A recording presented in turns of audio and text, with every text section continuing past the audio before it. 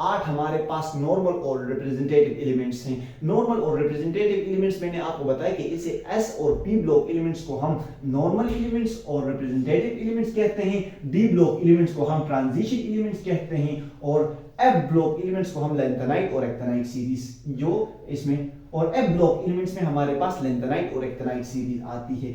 Lanthanide series में जो elements आते हैं वो लेंथेनम के बाद आते हैं, इसलिए हम इसे लेंथेनाइट सीरीज कहते हैं। लेंथेनाइट सीरीज शुरू होती है सीरियम से और खत्म होती है ल्यूटीशियम पर। ये हमारे पास लेंथेनाइट सीरीज है।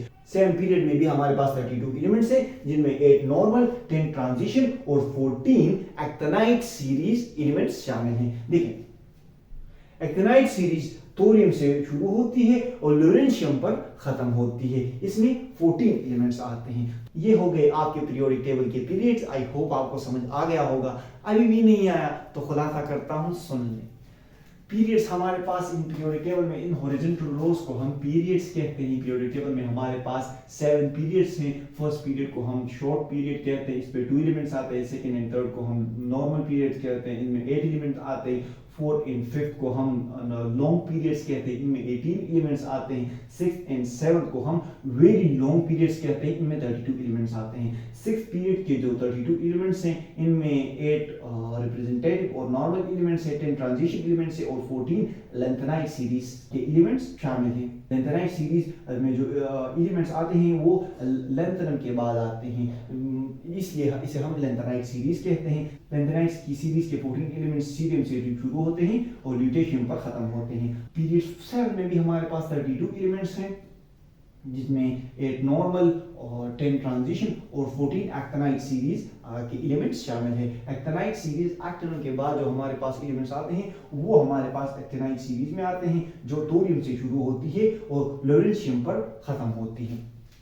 आई होप अभी भी आपको समझ आ गया होगा। अभी भी नहीं आया तो हम किस लिए हैं, कमेंट सेक्शन में पूछिए, आपके मसले हम हल करेंगे। दुआ में याद रखें, हंसते मुस्कुराते रहें, दिलों का ख्याल रखें, खुशियाँ बांटें और किसी को तकलीफ देने की वजह ना बने।